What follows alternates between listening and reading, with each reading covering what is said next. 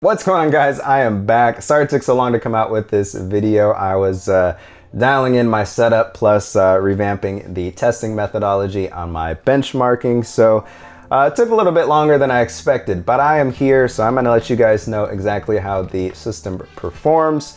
If you guys don't know what parts I'm using or you don't know what I'm talking about, make sure you go check my previous build video where I put together a Ryzen system with an RX 580. So that should be up here somewhere. So anyways, I just want to get right into the performance of this thing. So I want to talk to you a little bit about the overclocks that I've dialed in for the CPU and the GPU, as well as the temps. So let's start with the 1600 here. So the Ryzen 5 1600, I have overclocked to 3.8 gigahertz at 1.362 volts, which is not too bad. The voltage could be lower, but my CPU didn't like it, so hey, what can you do? But anyways, as far as temps go, the same with the AIO, idled at 35 degrees Celsius and hit 65 degrees Celsius under load while gaming. I could have gotten that cooler by changing out the, messing with the fan curves for the AIO, or